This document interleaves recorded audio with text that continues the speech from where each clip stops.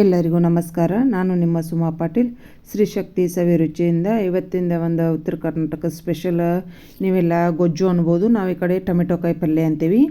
Tomato ಕಾಯಿ ಪಲ್ಯ, ಉದುರುಬೇಳೆ, ಮೊಸರು, ರೊಟ್ಟಿ, ಇದು ನಂದು ಇವತ್ತಿನ ಮೆನು ಆಗಿತ್ತು. ಆ ಥರ ಟೊಮೆಟೊ ಕಾಯಿ ಪಲ್ಯದ ನಿಮಗೆ ನಾನು ಡೀಟೇಲ್ಸ್ ವಿಡಿಯೋ ತೋರಿಸ್ಬೇಕಂತ ಬಂದೆನು. ಉದುರುಬೇಳೆ ಮಾಡೋದಂತೂ ನಾನು ನಿಮಗೆ ಮೊದಲೇ ಒಮ್ಮೆ ತೋರಿಸಿದನು. ಟೊಮೆಟೊ ಕಾಯಿ ಇರ್ತಲ್ಲ, ಚಟ್ನಿನೂ ಮಾಡ್ಬೋದು, ಪಲ್ಯನೂ ಮಾಡ್ಬೋದು. ಕಾಯಿ ಈ ಥರ ಹೆಂಚಿಟ್ಕೊಂಡು ಒಂದು ಸ್ವಲ್ಪ ಎಣ್ಣೆ ಹಾಕ್ಕೊಂಡು ಅದನ್ನು ಹುರ್ಕೋಬೇಕು, ಚೆಂದಾಗ ಹುರ್ಕೋಬೇಕು. ಹುಳಿ ಅಂಶ, ನೀರಿನ ಅಂಶ ಹೋಗೋ ಮಟ್ಟ ಚೆಂದಾಗ ಹುರಿದ್ರೆ ಮತ್ತು ಪಲ್ಯ ರುಚಿ ಆಗ್ತೈತಿ. ಮತ್ತು ಇದನ್ನು ಟ್ರಾವೆಲಿಂಗ್ ಅದು ಮಾಡ್ಕೊಳ್ಳೋವ್ರಿಗೆ ಅದು ಹೋಗುವಾಗ ಅದು ಮಾಡೋಕೆ ಭಾಳ ಬೆಸ್ಟ್. ಅಂದರೆ ಇದು ಹುಳಿ ಅಂಶ ಇರ್ತೈತಲ್ಲ, ಲಘು ಕೆಡಂಗಿಲ್ಲ.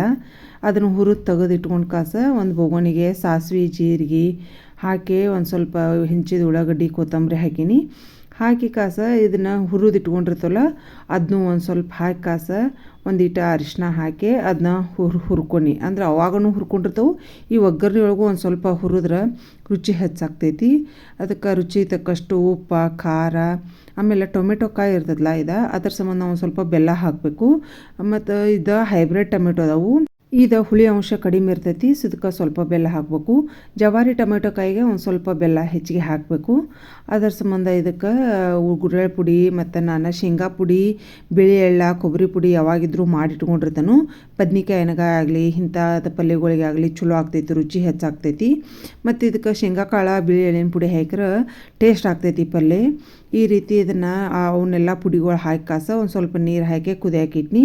ಇದು ಟೊಮೆಟೊ ಕಾಯಿ ಪಲ್ಯ ಮತ್ತು ರೊಟ್ಟಿ ಜೋಡಿನೂ ಹೊಂತೈತಿ, ಚಪಾತಿ ಜೋಡಿನೂ ಹೊಂತೈತಿ, ಮತ್ತು ನಾವು ರೈಸ್ ಜೋಡಿ ಏನೂ ಇಲ್ಲ ಅಂದ್ರೂ ಹೊಂತೈತಿ.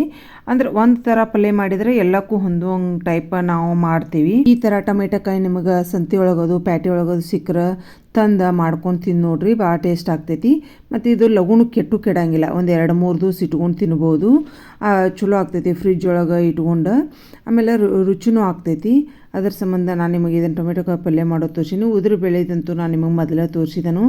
ಅದು ಬೇಕನ್ನೋರು ವಿಡಿಯೋಗಳು ನನ್ನ ಮೊದಲಿನ ವಿಡಿಯೋದೊಳಗೆ ಅದಾವು ನೋಡ್ರಿ. ಹಿಂಗೆ ಮಾಡಿದ್ರೆ ಟೊಮೆಟೊ ಕಾಯಿ ಪಲ್ಯ ರೆಡಿ ಆಯಿತು. ಆಮೇಲೆ ರೊಟ್ಟಿ ಮಾಡ್ಕೊಳಕ್ಕೆ ಹಿಟ್ಟು ನೀರು ಹಣಿಸ್ಕೊಂಡು ರೊಟ್ಟಿ ಮಾಡೀನಿ. ನನ್ನ ಎಲ್ಲ ಅಡುಗೆ ವಿಡಿಯೋಗಳು ನಿಮಗೆಲ್ಲರಿಗೂ ಇಷ್ಟ ಆಗತ್ತೈತೆ ಅಂತ ತಿಳ್ಕೊಂಡನು. ಎಲ್ಲರೂ ಲೈಕ್ ಮಾಡತ್ತೀರಿ, ಶೇರ್ ಮಾಡತ್ತೀರಿ, ಕಮೆಂಟ್ಸ್ ಮೂಲಕ ನಿಮ್ಮ ಅನಿಸಿಕೆಗಳನ್ನು ತಿಳಿಸತ್ತೀರಿ. ಎಲ್ಲರೂ ಇದೇ ರೀತಿ ನನ್ನ ಚಾನಲ್ ಮೇಲೆ ಸಪೋರ್ಟಾಗಿ ಹೀಗೆ ಇರಲಿ. ಎಲ್ಲರಿಗೂ ತುಂಬ ಧನ್ಯವಾದಗಳು. Thank you.